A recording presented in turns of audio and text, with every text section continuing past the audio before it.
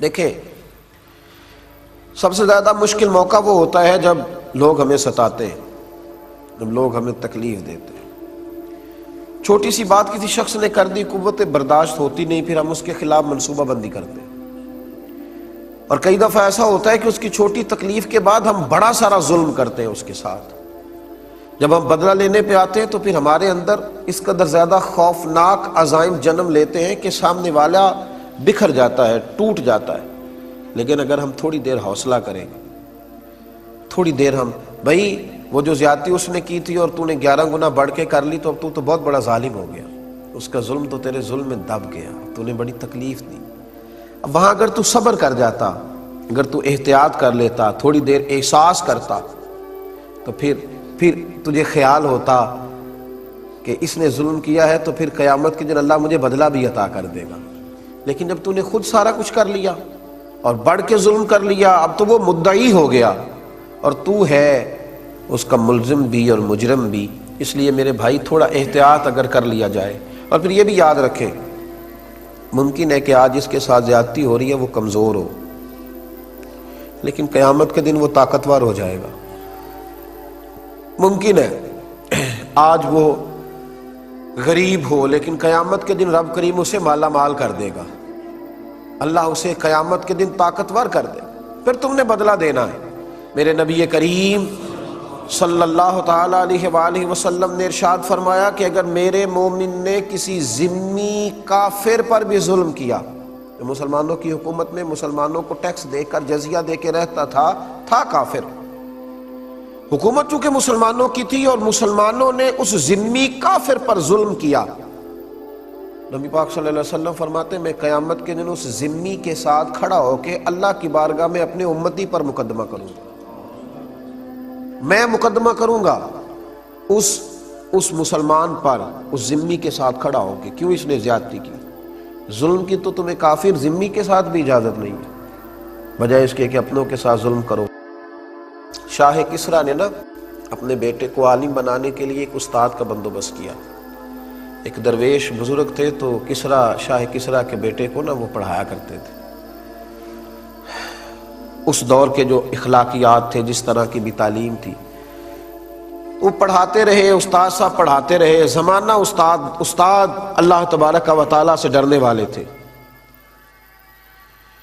پڑھاتے رہے، زمانہ بیت گیا۔ جب وہ طالب علم فارغ ہونے کے قریب ہو گیا، علم اس کا مکمل ہو گیا، تو ساری چیزیں کتابوں سے نہیں آتی، کچھ استادوں کا سینے کا فیض بھی ہوتا ہے، کچھ مشائخ کے سینے کا فیض ہوتا ہے، شرط یہ ہے کہ وہاں بھی فیض ہو،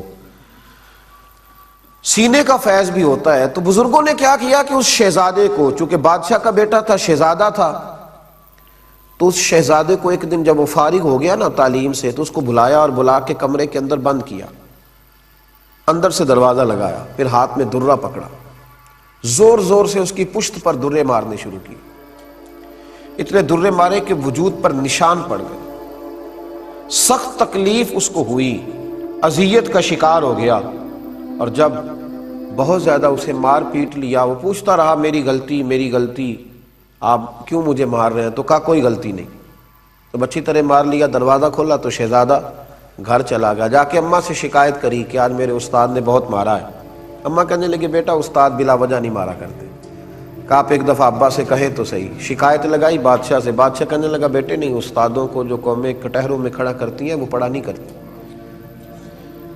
تو میں نہیں پوچھوں گا تیرے استاد سے۔ بات ختم ہو گئی، لیکن شہزادے کے اندر سے غصہ نہیں گیا۔ ایک وقت ایسا آیا، ایک زمانہ ایسا آیا کہ بادشاہ انتقال کر گیا تو شہزادہ حکمران بن گیا۔ اس واقعے کو 35 سال بیت گئے جب استاد نے مارا تھا۔ اب وہ شہزادہ حکمران بنا تو اس نے سب سے پہلا حکم یہ جاری کیا کہ ذرا میرے استاد جی کو تو بلایا جائے، پہلی حکومت، پہلا دن اور پہلا آرڈر، ذرا استاد کو بلاؤ۔ استاد بھی بوڑھے ہو گئے، لاٹھی پہ جھکے ہوئے، بھویں سفید ہو کے جھک گئی۔ استاد پہنچے، بادشاہ سلامت کے سامنے کھڑے ہوئے تو کہنے لگا بزرگوں، بوڑھے بھی آپ ہو گئے ہیں، کمزور بھی ہو گئے ہیں، پر آپ نے ناجائز مارا تھا تو میری تکلیف نہیں گئی، 35 سال بیت گئے، میں اس وقت بے بس تھا، کچھ کر نہیں سکتا تھا، آج طاقتور ہوا ہوں، بتائیے کیوں مارا تھا، کس سبب سے آپ نے مجھے مارا؟ تو استادوں نے یوں آنکھ اٹھائی، بوڑھے ہو گئے تھے، اور کہنے لگے بیٹے یہ جو آج دن آیا ہے نا، اسی دن کے لیے میں نے تجھے مارا تھا، یہ آج جو تو نے بلا لیا نا، اسی دن کے لیے مارا تھا۔ کہا حضرت وہ کس طرح؟ آپ فرمانے لگے کتنی دیر ہو گئی تجھے مار کھائے ہوئے؟ کہا 35 سال۔ تو فرمایا درد نہیں نہ بھولا؟ حضور نہیں۔ فرمایا اسی دن کے لیے مارا تھا کہ ایک دن تو حکمران بنے گا، یاد رکھنا اگر تجھے 35 سال جو تیرے اوپر ظلم ہوا، ناجائز مار پڑی، وہ تجھے نہیں نا 35 سال میں بھولی، تو غریبوں کو بھی قیامت تک ظلم نہیں بھولیں گے۔ دیکھنا تو بادشاہ بنا ہے، کسی پہ ظلم نہ کرنا، زیادتی نہ کرنا، ورنہ قیامت تک۔ فرمایا آج تو اقتدار میں آیا ہے تو مجھے کٹہرے میں بلا لیا ہے، غریب قیامت کے دن اقتدار میں ہوں گے تو تجھے کٹہرے میں بلائیں گے، پھر تو نے جواب دینا ہے۔ دیکھنا ظلم نہ کرنا۔ وہ شہزادہ تھا پر سمجھدار تھا، اٹھ کے استادوں کے قدموں سے لگا، کہنے لگا اللہ آپ کو میری طرف سے بہترین صلہ عطا کرے، آپ نے میری تربیت کر دی، مجھے سمجھا دیا، مجھے یہ شعور دے دیا کہ اب میں اس بات کو سمجھ گیا ہوں کہ کبھی کسی کے ساتھ کوئی زیادتی نہیں۔ اور پھر ایک اور بات ہے، جب ہم ظلم کر رہے ہوتے ہیں نا تو ہم بھول جاتے ہیں، ہم کہتے ہیں سارے دروازے بند ہیں، ہر آدمی مجھ سے ڈرتا ہے، میں اقتدار میں ہوں، میرے ہاتھ میں دھرا ہے، میری جیب میں نوٹ ہے، اس وقت سارے لوگ میرے حق میں بولتے ہیں، اس وقت زمینی حقائق میرے ساتھ ہیں، کون مجھے پوچھ لے گا؟ حالانکہ یہ وقت زیادہ لمبا نہیں چلتا، کوئی بھی نہ دیکھ رہا ہو تو عرش کا مالک تو دیکھ رہا ہوتا ہے نا، رب کریم تو دیکھ رہا ہوتا ہے نا، اللہ تبارک و تعالیٰ تو جانتا ہے نا یہ زیادتی کر رہا ہے۔ اللہ حضرت وہب ابن منبہ رحمت اللہ علیہ فرماتے ہیں بنی اسرائیل کا ایک شخص تھا بادشاہ، اس نے محل بنانا تھا، تو محل کا جب اس نے نقشہ تیار کرایا تو ایک بوڑھی کی جھونپڑی بھی محل کے اندر آ رہی تھی، بوڑھی کی جھونپڑی۔ تو وہ بادشاہ نے اس بوڑھی خاتون سے کہا کہ یہ جھونپڑی میرے ہاتھ بیچ دو، میرے محل کا نقشہ خراب ہوتا ہے۔ تو وہ خاتون کہنے لگی کہ میں بیاہ کے یہاں آئی تھی، چاہتی ہوں کہ میرا جنازہ ہی یہاں سے اٹھے، تو مہربانی کرو مجھے تکلیف نہ دو، میں پکا ہوا پھال ہوں، پتہ نہیں کب دنیا سے چلی جاؤں گی، مجھے اسی گھر میں رہنے دو، بیوہ ہوں، لاوارث ہوں، اولاد میری ہے نہیں، مجھے یہیں رہنے دو۔ لیکن جب لوگ ظلم پہ آئے ہوتے ہیں تو پھر انہیں یہ ساری چیزیں نظر نہیں آتی۔ اس نے کہا تجھے الگ سے مکان بنا دیں گے، 11 گنا رقم دے دیں گے، تو یہ میرے حوالے کر دے، مجھے دے دے۔ اب وہ بوڑھی خاتون تھی، یہ بزرگ جو ہوتے ہیں انہیں اپنی جھونپڑیوں سے بڑا پیار ہوتا ہے، بچے گاؤں سے چلے جاتے ہیں شہر میں، لیکن دادا جان کہتے ہیں کہ میرا یہیں دل لگتا ہے، دادی اماں کہتی ہے کہ مجھے بیٹا یہیں رہنے دو، یہی مجھے وقت گزارنے دو۔ اس بوڑھی سے جب ضد کی تو بوڑھی کہنے لگی کہ میں نہیں جاؤں گی چھوڑ کے۔ اب تو اس نے باہر بھی گھر سے نکلنا چھوڑ دیا، اپنے گھر کے اندر رہتی کہ میرا کوئی مکان نہ گرا دے۔ بادشاہ نے 4-5 لوگوں کا ذمہ لگایا کہ جب خاتون گھر سے نکلے نا تو اس کی جھونپڑی گرا دینا۔ وہ بیچاری کسی حاجت طبی کے لیے، ضرورت کے لیے گھر سے باہر نکلی تھی کہ بلڈوزر آ گیا۔ وہ بڑے دن گھر میں رہی، لیکن جیسے ہی نکلی تو بڑی بڑی کرینیں آ گئیں، اس غریب کی جھونپڑی گرا دی گئی۔ کچھ گھنٹوں کے بعد جب وہ لوٹی تو جس گھر میں زمانے بتائے تھے وہ گھر زمیں بوس ہو گیا، وہ گھر ٹوٹ گیا۔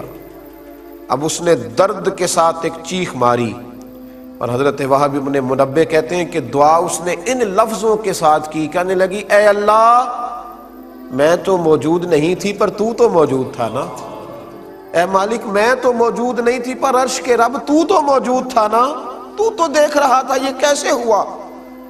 فرماتے ہیں جب اس ماں نے اس درد سے دعا کی، میرے محبوب نے فرمایا جب مظلوم دعا کے لیے ہاتھ اٹھاتا ہے تو آسمان دروازے کھول دیتا ہے۔ جب اس نے کہا نا کہ اے اللہ تو تو موجود تھا، تو رب کریم نے فرشتوں کو حکم دیا کہ یہ سارے کا سارا علاقہ زمیں بوس کر دو، اس بادشاہ کا تخت زمین سے اٹھا کے پلٹ دو، یہ ساری بستی تباہ کر دو۔